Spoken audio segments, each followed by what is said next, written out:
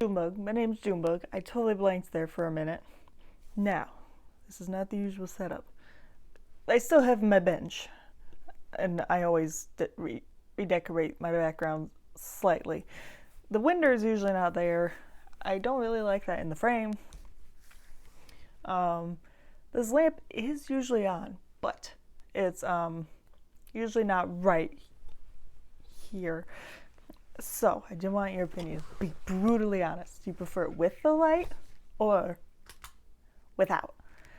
The quality around me gets better. I look less great. Granted, I don't look great like this. So just let me know. And it's just a button I push, so it's not like I have to stand up and do the where the light bulbs are. Anyway, I am back with another true crime time. This one is about the Addison County victims, which I had never heard of, like many of the cases I've covered, until I stumbled upon them.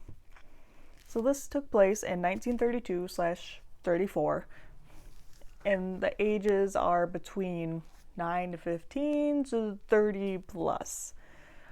And this took place in Middlebury, Vermont. And unfortunately, this is an unsolved case. And even more worse, still unidentified the victims are.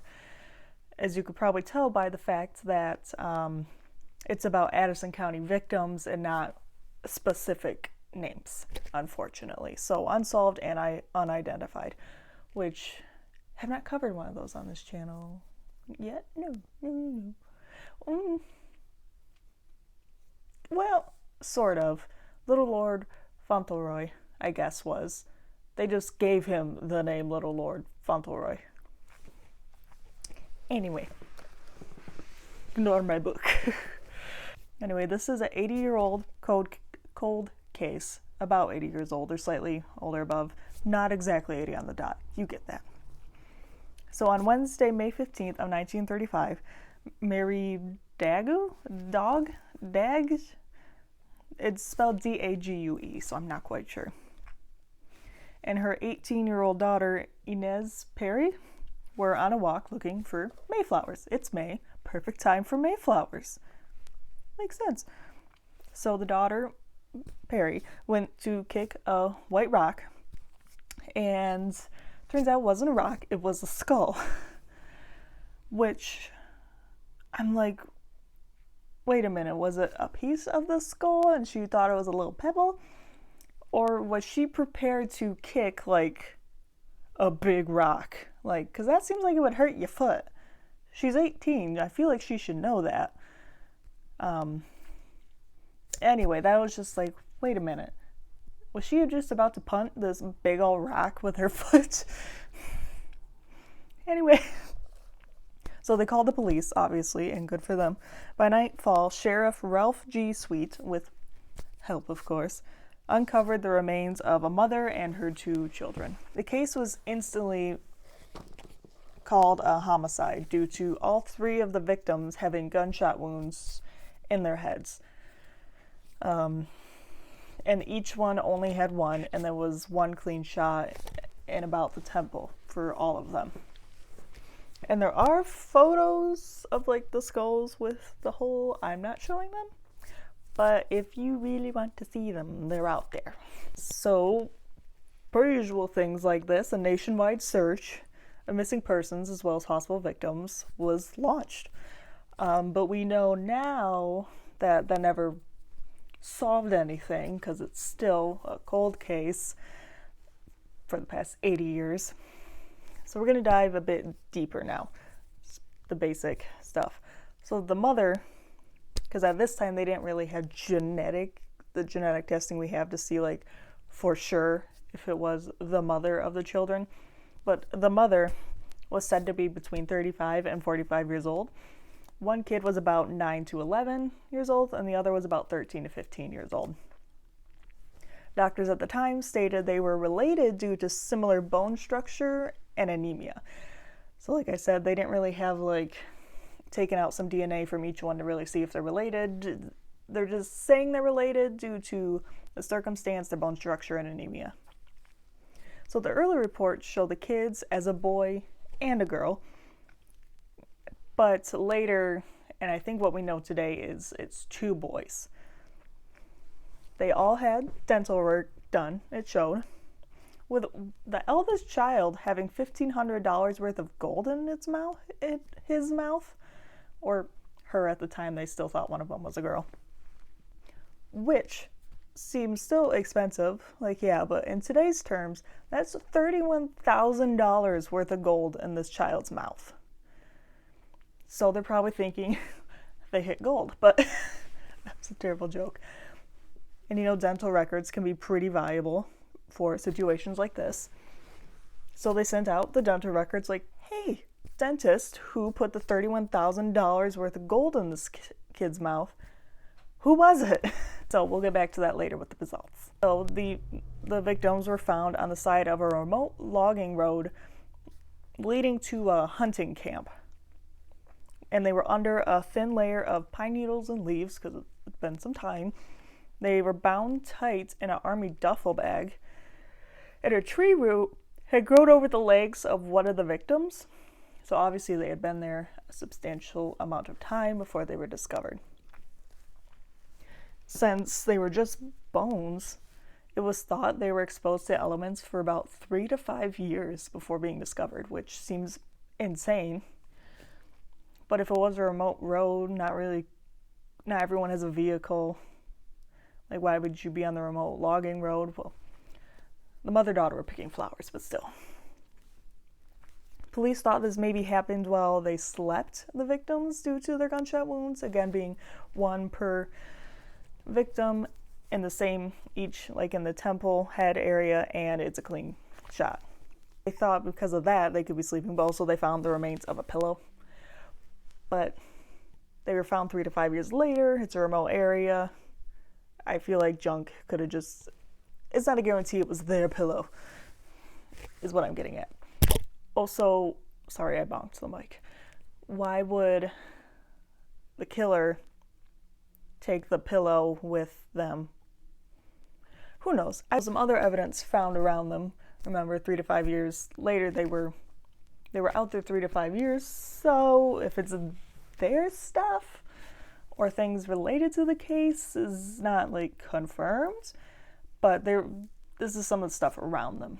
They found some matted hair, a piece of a silk dress, remains of an awning, 4 small block pulleys, the corner of a woolen blanket, the snap from a car side curtain, and a flat .38 caliber copper jacketed bullet. They only found the 1. So remember, the dentists, they were contacted. Like, they send out the records, like, whoever put all this freaking gold in this child's mouth? Who was it? Nothing came from that. None of the dentists knew anything. So that led to nowhere, unfortunately. But they did have some persons of interest / suspects, so don't worry. This first person of interest was an R.R. Ludding. He was a guest at a nearby hotel, the Middlebury Hotel, where the town where this took place, and had shown, quote, great interest in the finding of the skeletons, end quote. Which, I mean, we're obviously interested in it. I'm talking about it, and you're watching this. So, I mean, I don't think it's that crazy he was interested in it, but I don't know the extent for why they said that. But he was also seen following investigators around in a car with Indiana license plates. So he's a bit creepy. But creepy doesn't necessarily mean murderer. But also, it just hit me now, he was at a hotel. I don't think he was there for years. Probably not. Unless he came back each year to check or something. I don't know. I don't think it was him. Apparently they didn't either, because nothing ever came from that I found. So the second person of interest, a bit more substantial, was Irving or Arthur Denton. I saw he went by Irving, and Arthur in different articles, so we'll just call him Denton. Denton showed up in August of 1931, buying high-priced items such as a Ford car and property on Starksboro Road, all with cash. Very suspicious to the residents, just needless to say. Not a rich area. And he whitewashed his windows, blackened his lights, and warned people to stay away from his property and him, like at all times. Very creepy, nor would I want to go by him after seeing all that. But in February of 1932, he abruptly left town and then sold his property. Like, he got the heck out of there and then he sold the house and stuff. Very suspicious. Even more suspicious when a neighbor stated in 1932 that was the year of a dank odor of, quote, decaying flesh, end quote, came from the woods but could not be placed. So that's gross. Again, nothing really came from that. I don't know if they ever found him, though. I don't know where he skedaddled off to. I'm sure he's not alive now, if that reassures anyone. So the third person of interest was Harold Young. He came to town in 1929 to operate a store. So turns out he was said to be a bootlegger or in the moonshine business, because I'm pretty sure this was during the Prohibition era. Pretty sure. But he also owned a .38 caliber Colt, which is not automatically saying he's guilty, because people can own the same gun, same type of gun. But, I mean, it fits. And the owner of the building Young worked at said Young was taken aback that his wife and daughter, whose daughter was 11 years old, was coming to join him. I forgot where they were, but they were not in the same state with him currently. I think they were maybe coming to visit him or just stay with him because they're his wife and child. He didn't like this news for some reason. So when they arrived, he left with them for 3 days, came back without them, and then he left the area and was never seen again. Granted, since it was a mother and 2 children found, it was probably not the victims, but I am concerned about his wife and daughter. It never really said what they were up to, or if they survived, or what happened to Harold Young. Again, nothing really came from that lead either. A lot of creeps in this area is what I'm getting at. Avoid those creeps. But nothing came from any of this. There wasn't really any more substantial suspects or anything like that. And the case was running cold until January of 1938, when Harvard scientists who looked at the remains created the report we know today, which is of the possible ages and sexes of the victims, which is the mother being a lady and her 2 sons, supposedly. This led to Detective Frenzoni thinking the victims were a Mrs. Cora Golden and her kids, which is Charles Jr. and Beulah Elizabeth of Milton. Now remember, I don't quite know when it was switched to 2 boys, or if it was originally 2 boys. I'm pretty sure it's 2 boys, they think now. But at this time, with the scientists, they were still thinking it was a boy and a girl. The children. The mom is definitely a lady, a mom. So the reason he thought this was Cora vanished in 1923 with her kids when she was 31. Charles would be about 7. Beulah would be about 4. And if killed 7 years later, which a weird sentence to say, the ages would line up with the victims. Now, a farmhand from Milton, his name was Joseph Carter, he also vanished at this time. However, in April of 1938, Frenzoni found Beulah, the daughter, living with an adoptive family in Connecticut. So obviously she was not the child they found, because Beulah was alive and kicking. They also learned the farmhand and Cora had a child together in 1924. That's probably why they vanished, because that was not Cora's husband. So I'm guessing maybe they just ran off to be in love. Then later DNA testing would show the victims as a mom and then the 2 boys. Okay. So it was later that they would determine it was 2 boys, and they are in fact related. But with the Goldens, because they thought they struck gold there, Cora and Joseph, they ended up getting married and changed their names and moved to Vermont with their son. And Cora ended up dying in 1938. So it couldn't have been her because she was alive and well and then died. So that victim wasn't dying twice. Then a living relative of Beulah, not Beulah herself, but a living relative, gave DNA, but it wasn't a match to any of the victims. It was very nice of them to do that, but it didn't lead anywhere, unfortunately.